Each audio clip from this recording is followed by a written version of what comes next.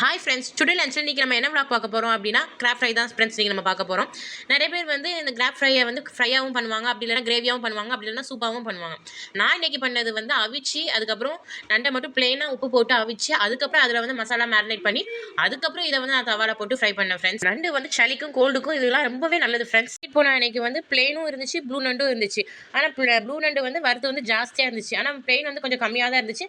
ஆனால் நான் பிளெயின் தான் வாங்கினேன். நான் வாங்கின நண்டில் வந்து கொஞ்சம் ஃப்ரெஷ் எனக்கு கம்மியாக இருந்த மாதிரி இருந்துச்சு. இந்த நண்டு ஃப்ரைக்கு நான் என்ன மசாலாலாம் மேரினேட் பண்ணேன் அப்படின்னா மிளகாத்தூள், ஜீரகத்தூள், அப்புறம் மிளகுத்தூள், கொஞ்சம் எலுமிச்சைச்சாறு, இஞ்சி பூண்டு விழுது, அரிசி மாவு 1 ஸ்பூன், கடலை மாவு 2 ஸ்பூன், மைதா மாவு 1 ஸ்பூன், ஃபுட் கலர் ரெட் கலர்ல கொஞ்சம் ஆட் பண்ணிருந்தேன். தேவைக்கு ஏற்ற அளவு உப்பு. நம்ம உப்பும் தண்ணியும் ஊற்றி அவிச்சு வச்ச அந்த நண்டு மேல இந்த மசாலா எல்லாருமே நல்லா மேரினேட் பண்ணி ஒரு ½ an hour அளவுல அப்படியே நல்லாவே ஊற விட்டுறணும் ஃப்ரெண்ட்ஸ், மூடி போட்டு. அதுக்கப்புறம் நம்ம வந்து லைட்டா அந்த மீன்லாம் வறுக்கிறதுக்காக ஆயில் யூஸ் பண்ணுவாங்க, அந்த மாதிரி ஒரு 4-5 ஸ்பூன் ஒரு ஆயில் மேல தவா மேல ஊற்றிட்டு அதுக்கப்புறம் இதை ஒன்று ஒன்றா கொஞ்சம் அப்படி போட்டு பரட்டி எடுக்கணும். தென் அதுக்கப்புறம் கொஞ்சம் ஆறுனதுக்கப்புறம் ஒரு 5 நிமிஷம் கழிச்சு இதை நீங்கள் சாப்பிட்டீங்கன்னா வேற லெவல் டேஸ்ட்ல இருக்கும் ஃப்ரெண்ட்ஸ். இதெல்லாம் எனக்கு நீங்கள் ட்ரை பண்ணி பார்த்துட்டு எனக்கு கமெண்ட்ல சொல்லுங்க ஃப்ரெண்ட்ஸ், நீங்கள் ட்ரை பண்ணீங்களா அப்படின்ட்டு. தேங்க்ஸ் ஃபார் வாட்சிங், ஷேர், சப்ஸ்கிரைப், லைக், கமெண்ட். நாளைக்கு ஒரு vlogல பார்க்கலாம்.